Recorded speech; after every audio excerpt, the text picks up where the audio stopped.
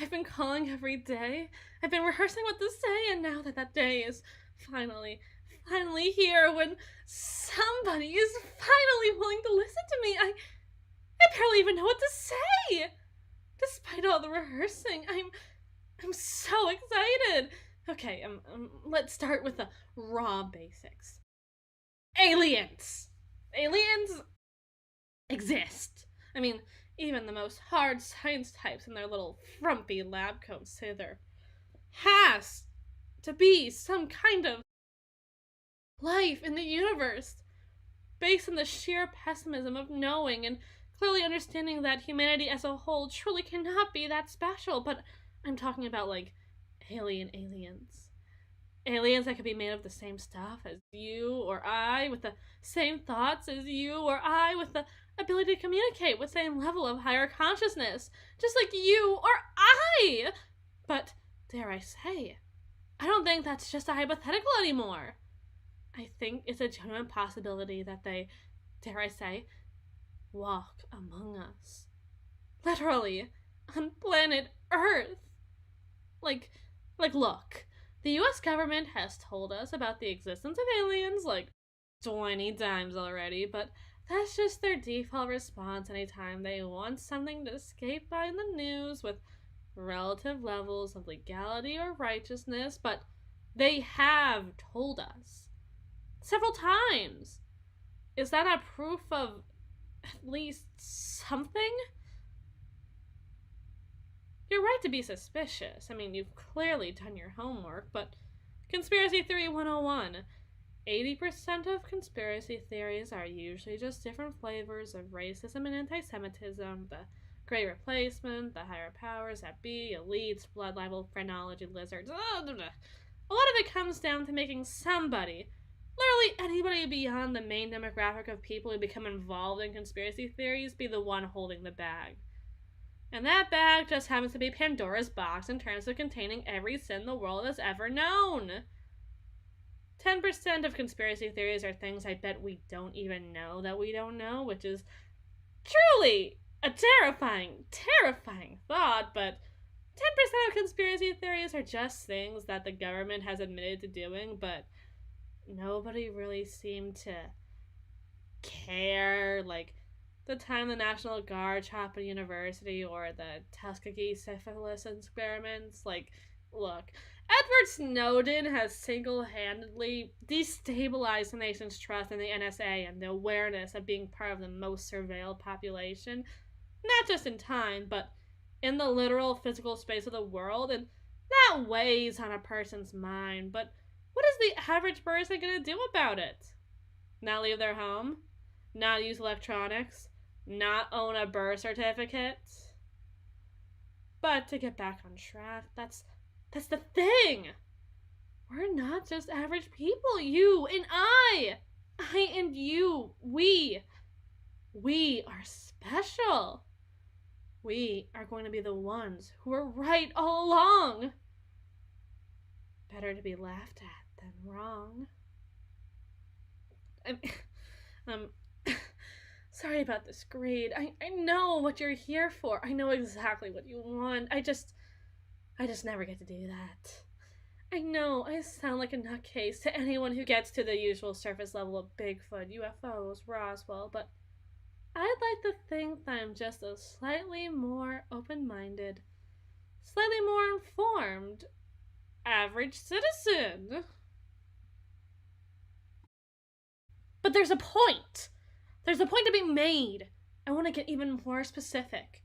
Aliens aren't just real. They aren't just on Earth. I think they're right here, in this very community. They're there within your shops. They're there in your schools. If you're not careful, they could even be within your own home. Of course, by your own home, I mean in the pejorative, hackle-raising sense that they're all around us, but I also mean in your home, because look at this. Look at me. Literally look at where you are. The idea of an alien getting in here, it's like getting into Fort Knox, so clearly they're gonna be in your home, not mine. I don't like to tell this to newbies because they can get a little nervous, but I'm stacked to the tit in the kind of firepower that could wipe an evil invading extraterrestrial off the face of the planet!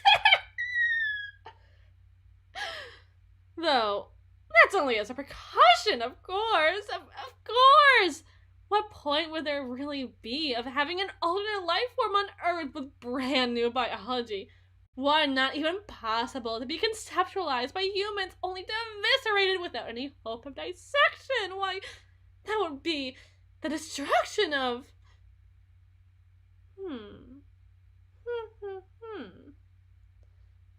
Well, look at you, newbie.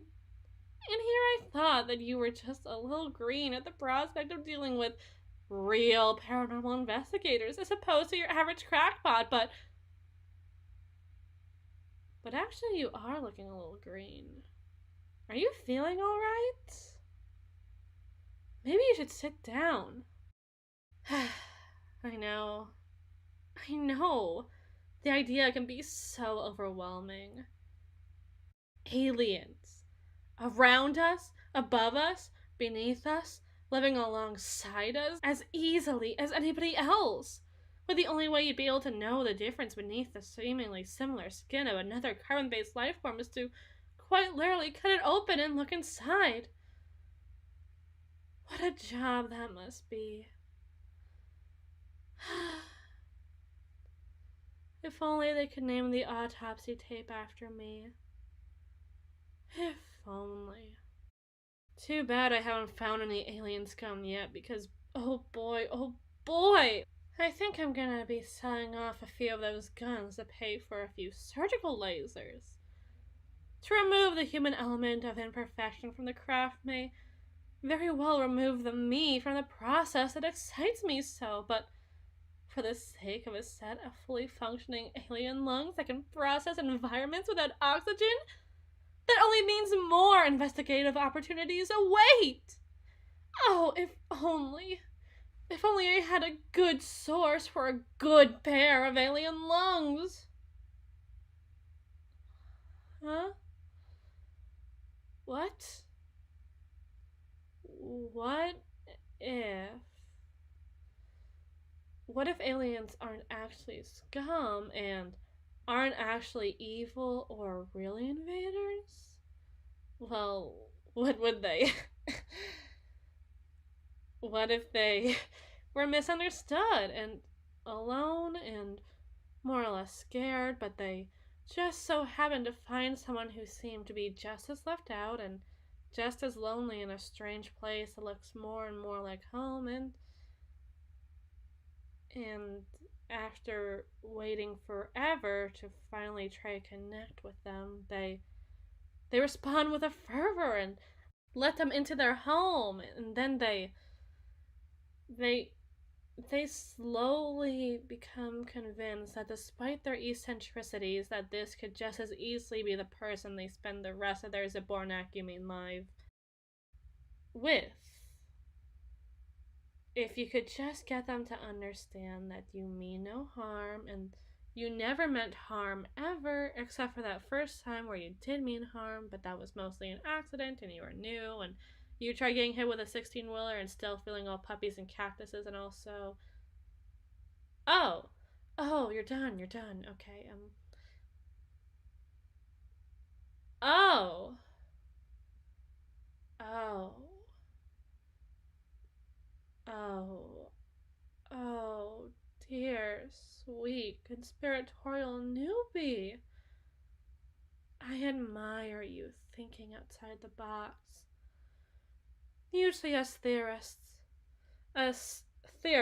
can get pretty doom and gloom. It's the nature of the job to believe that you're seeing past the matrix. You have to consider the rest of the world ignorant sheep who wouldn't know a secret radio tower from an average obelisk. People who think that every person is operating out of the very best interest of the collective rather than the individual self. It's an isolating philosophy, one that allows you to consider each and every person either a lesser or an equal, depending on what they believe. It's...